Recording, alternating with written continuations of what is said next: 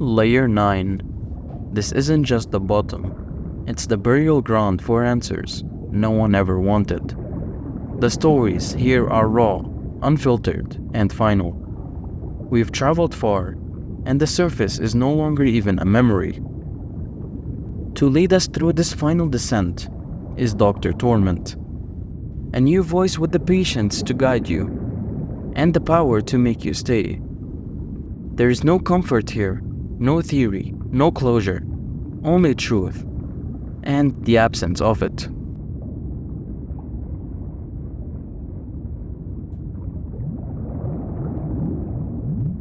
Relic of Beerhooker. In the windswept deserts of South Africa, archaeologists uncovered what may be one of the oldest and most mysterious human fossils ever found. Dubbed the Relic of Beerhooker, this ancient skeleton showed features unlike any known human lineage. The bones were elongated, the skull slightly distorted, and the age estimated to be over 300,000 years old. But what made it stranger wasn't just its age, it was the burial. The remains were surrounded by tools that shouldn't have existed for another 100,000 years. Alongside the bones were carvings resembling astronomical patterns. Constellations, lunar phases, things ancient humans supposedly didn't understand. Some dismissed it as coincidence. Others believe it points to a forgotten civilization, one that predated history as we know it. Or maybe one that never came from here after all. Was the relic of Beerhooker human, or something that wore our shape long before we arrived?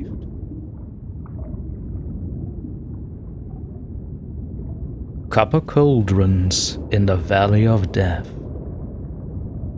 In the remote Siberian region of Yakutia lies a place locals refuse to visit, Olyuyel Valley, better known as the Valley of Death.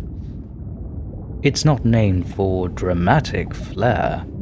Animals avoid it, people grow sick if they stay too long, and scattered throughout its frozen wilderness are massive dome-like copper structures, partially buried, partially exposed, known as the Copper Cauldrons. They're smooth, cold to the touch even in summer, too large to be ovens, too precise to be natural. Some explorers say they hum softly. Others claim they have disappeared entirely after entering one. What's chilling is the local legend that these cauldrons are ancient alien machines placed to guard the earth or destroy it if a great catastrophe ever returned. They were said to have stopped a meteor centuries ago. Now, they sleep beneath the permafrost, waiting. No scientific team has ever successfully retrieved one. No photographs have survived intact, and other expeditions ends in sickness, silence, or disappearance. In the Valley of Death, the earth doesn't just swallow secrets, it seals them in copper.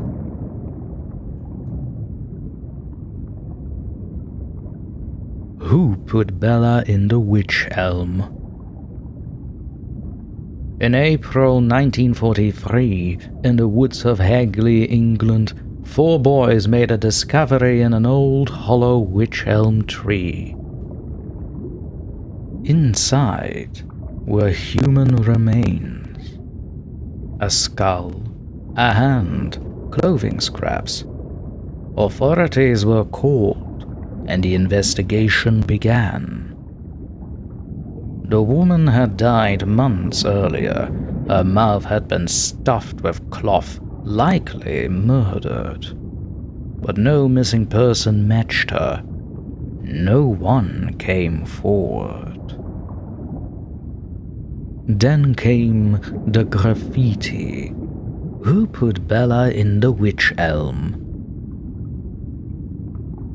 The phrase began appearing across England, scrawled on walls and monuments as if someone knew, or was trying to remind others not to forget. Decades passed. Theories exploded. Some said she was a German spy. Others linked her to occult rituals or Romani curses. One man claimed his friend had helped kill her during a satanic ceremony. But no answers ever came. Only that question again and again.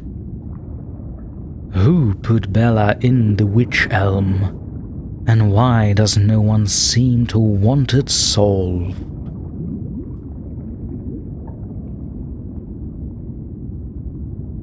Rua UFO sightings. September 16th, 1994. Rua, Zimbabwe. 62 school children were outside during recess at Ariel School when they saw something land beyond the trees. A silver disc-shaped craft, and from it, beings emerged. Not monsters, not greys, but humanoid figures with large eyes, dark suits, and a presence that filled the children with terror and awe. What's more haunting? Every child described the same thing, independently, with incredible detail. The children were interviewed by psychologists, UFO researchers, and journalists. None of them wavered. They weren't playing. They weren't lying. One child described a being warning them about Earth's destruction, pollution, technology, the downfall of humanity. A message sent not in words, but directly into their minds. Skeptics have tried to dismiss it, but the footage of those children still chills to this day. Their eyes wide, voices trembling, not with fear, but with knowing. What happened at Rua? Was it mass hysteria? Or mass contact?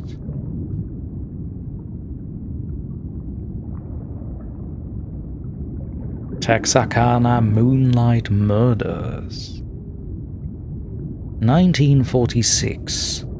Texarkana, a quiet town split between Texas and Arkansas, was shaken by a string of brutal, unsolved killings.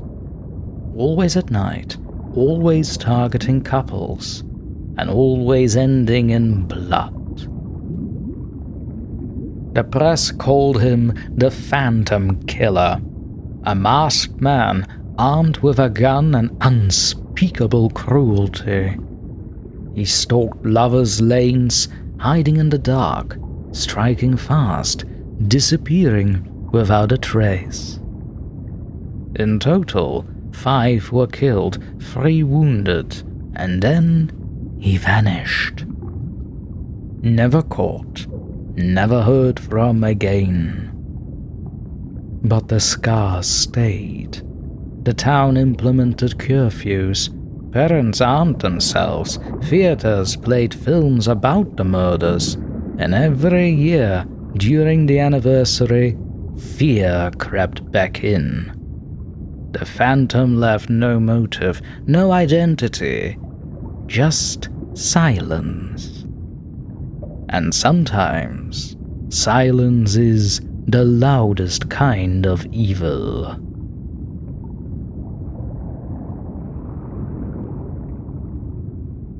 Faris Neumann. Faris Neumann was a German Catholic mystic born in 1898.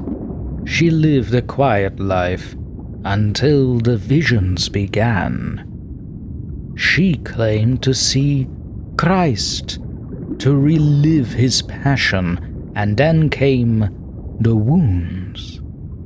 Stigmata appeared on her hands, feet, and side, mirroring the wounds of crucifixion. Every Friday, she would fall into a trance, bleeding, crying out in agony, reenacting the suffering of Jesus. Doctors and skeptics came. Some tried to prove fraud. Others left believers. But it wasn't just the stigmata. Faris claimed to survive without food or water for decades, sustained only by spiritual energy. She stopped eating entirely in 1926 and lived for over 30 more years. Whether miracle or madness, she became a symbol of suffering, of faith, of the strange overlap between belief and the body. To this day, the Vatican has never officially canonized her. Perhaps some mysteries of faith are too uncomfortable, even for the Church. Boy in the Box. 1957, Philadelphia. A cardboard box is found in a wooded area. Inside, the battered body of a young boy, between 4 and 6 years old, malnourished, bruised, hair recently cut, murdered. No missing person reports matched. No parents came forward.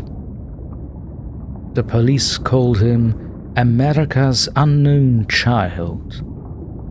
Theories poured in: a foster home cover-up, an illegal adoption gone wrong, a vengeful parent. But nothing stuck. The case grew colder with each year. Detectives retired, witnesses died, but the boy remained. Then in 2022, over 6 decades later, DNA testing revealed his name. Joseph Augustus Zarelli. A name, finally, but no justice. His killer remains unknown, and the question shifts from who was he to why did no one protect him? The Boy in the Box is a tragedy that echoes beyond crime, a symbol of how easily the voiceless can vanish in plain sight.